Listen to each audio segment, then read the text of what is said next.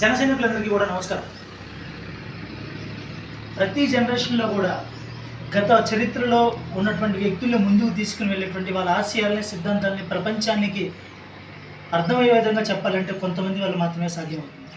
ఈ జనరేషన్లో డొక్కా సీతమ్మ గారు లాంటి వ్యక్తులు గోదావరి జిల్లాల్లో ఆకలితో ఉన్న వారికి పట్టెడన్నం పెట్టి వాళ్ళ ఆకలిని తీర్చినటువంటి మానవతామూర్తి శ్రీ డొక్కా సీతమ్మ గారు.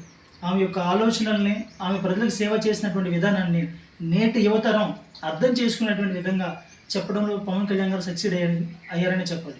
పవన్ కళ్యాణ్ గారి యొక్క ఆశయాలని, లక్ష్యాలని పుణికిపుచ్చుకున్నటువంటి జన సైనికులు, ఆయన ఆశయాల కొనసాగింపులో భాగంగా ప్రస్తుతం మనం కొల్లూరు నుంచి విజయవాడ వెళ్తున్నటువంటి కరకట్ట రూట్లో ఉన్నాం.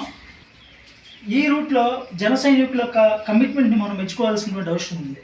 వేసవికాలం సందర్భంగా చలివేంద్రాన్ని ఏర్పాటు చేశారు. చలివేంద్రం అంటే ఒక నెల రోజులు, 2 నెలల్లో నిర్వహించేటువంటి విధంగా కాకుండా ఎప్పుడు అవసరం ఉన్నా 365 రోజుల పాటు కూడా డొక్కా సీతమ్మ గారి ఆశీస్సులతో చలివేంద్రం అని వీళ్ళు ఏర్పాటు చేసి ఈ కార్యక్రమాన్ని ముందుకు తీసుకుని వెళ్తారు. పవన్ కళ్యాణ్ గారు గెలుపు ఓటములకు అతీతంగా ఆయన ఒక కర్మయోగి. ఆయన గెలిచినా, ఆయన ఓడినా ఆయన ఆశయాలను ముందుకు తీసుకుని వెళ్ళడంలో జన సైనికులు, వీర మహిళలు ముందుంటారని చెప్పడంలో ఎటువంటి అతిశయోక్తి లేదు.